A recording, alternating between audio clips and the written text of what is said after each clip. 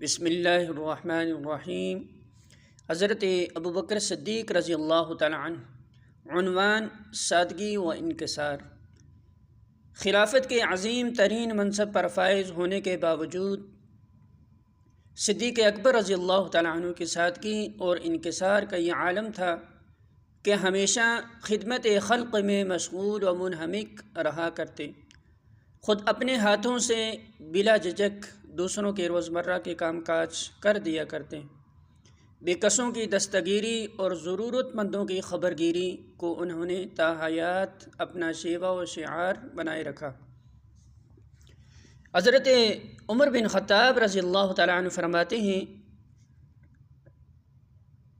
کنت افتقد ابا بکر ایام خلافته بین فترة و اخرى فلحقته یوما فاذا هو بظاہر المدینہ ای خارجها قد خرج متسللا فأدركته وقد دخل بیتا حقیرا في زواحی المدینہ فمكث هناك مدة ثم خرج وعاد إلى المدينة فقلت لأدخلن هذا البيت فدخلت فإذا امرأة عجوز عمياء وحولها صبية صغار فقلت يرحمك الله يا أمة الله من هذا الرجل الذي خرج منكم الآن؟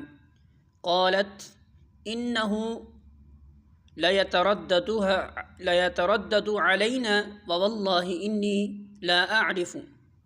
فقلت فما يفعل؟ فقالت إنه يأتي لينا فينكس دارنا ويطبخ عشاءنا وينظف قدورنا ويجلب لنا الماء ثم يذهب. یعنی ابو بکر صدیق رضی اللہ تعالی عنہ کہ زمانہ خلافت کے دوران میں ان کے معمولات کا جائزہ لیا کرتا تھا۔ چنانچہ ایک روز میں نے انہیں خاموشی کے ساتھ مدینہ شہر سے باہر کی جانب روانہ ہوتے دیکھا۔ میں بھی ان کے پیچھے ہو لیا۔ ایک مضافاتی بستی میں پہنچنے کے بعد وہ ایک معمولی سی جھونپڑی میں داخل ہو گئے اور پھر کچھ وقت گزرنے کے بعد وہاں سے نکلے اور واپس مدینہ شہر کی طرف چل دیے۔ تب میں نے سوچا کہ میں بھی ذرا اس جھونپڑی میں جا کر دیکھوں، اور پھر میں اس جھونپڑی میں جا پہنچا۔ وہاں میں نے دیکھا کہ ایک نابینا بڑھیا ہے اور اس کے ہمراہ چند چھوٹے بچے بھی ہیں۔ میں نے اس بڑھیا سے دریافت کیا کہ اے اللہ کی بندی، اللہ تم پر رحم فرمائے، یہ شخص کون تھا جو ابھی کچھ دیر قبل تمہاری جھونپڑی سے نکل کر گیا ہے؟ بڑھیا نے جواب دیا، یہ شخص یہاں اکثر آیا کرتا ہے، لیکن ہمیں نہیں معلوم یہ کون شخص ہے۔ تب میں نے کہا، اچھا یہ بتاؤ یہ شخص یہاں آ کر کیا کرتا ہے؟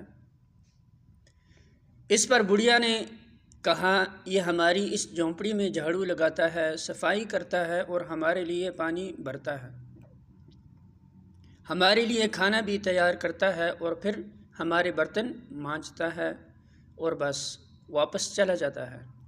حضرت عمر بن خطاب رضی اللہ تعالیٰ عنہ نے جب خلیفہ وقت نیز رسول اللہ صلی اللہ علیہ وسلم کے اولین جانشین صدیق اکبر رضی اللہ تعالیٰ عنہ کی یہ عظمت دیکھی اور اس ضعیف و نابینا بڑھیا کی زبانی یہ تمام گفتگو سنی تو ان کی آنکھوں سے بے اختیار آنسو بہنے لگے۔